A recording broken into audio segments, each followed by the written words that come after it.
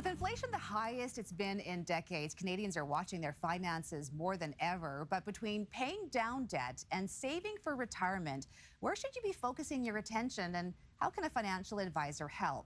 Peter Sashecki from Everything Financial joins us now with some advice. Peter, good morning. Thank you for being with us. Yeah, this is probably a struggle that a lot of people have right now because they have their bills are piling up, the debt, but yet they still want to plan for retirement. And you actually have some clients that are going through this exact predicament right now. Yeah, some people called in the other day who watch the show every morning. They said to say hello. And they've been shopping around and going to different places trying to find a person to help them. And they make good money, $180,000 a year. So not chump change.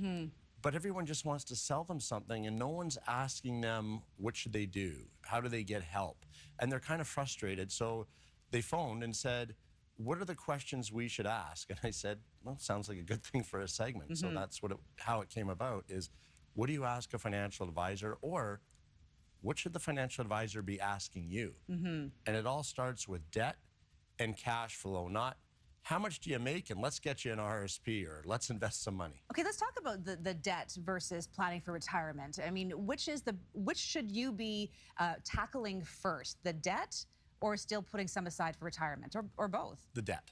Okay. I mean, you've got to look at the debt. In this case, it was like I said, I looked at their situation. They listed everything to me. And before I even asked, how much do you have for retirement or anything else, I looked at it and right away the alarm bells went off. And it's like, do you feel like you're in a lifeboat and you're emptying the water with a thimble as the water's coming over the sides? And I said, yeah, that's pretty much how it is. We make all this money and we're short every month. And then let's look at the debt first, because you know what? Retirement's great to plan for, and registered financial planners want to talk about retirement and planning. But if you can't get to next week and get the groceries or get the utility bills paid, then retirement is a distant thought. You have to get your own house in order first. Live for today, plan for tomorrow. Well, they have to live for today first, and they're not doing it. So what kind of debt are we talking about? Is it mortgage, or is it credit card bills, or all of the above? The mortgage was the least of their problems. It was 3 separate lines of credits that they keep getting. Okay. And when they're not secured to a mortgage, you're talking rates of 7, 8, 9, 10%. Then there was a host of different credit card bills. And it's not like the debt was overwhelming in the amount of debt. It's all the payments that go along with the debt to make minimum payments every month. And all of a sudden, there's no money left.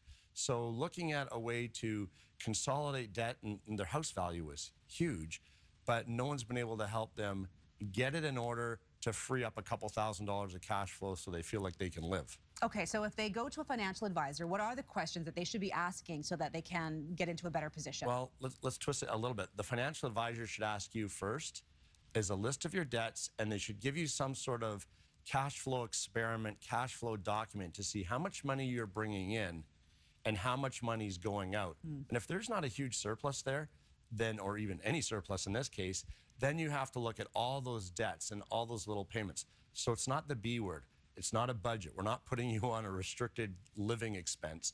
This is just to figure out you living the way you are now, how much is coming in and how much is going out. It always starts with cash flow.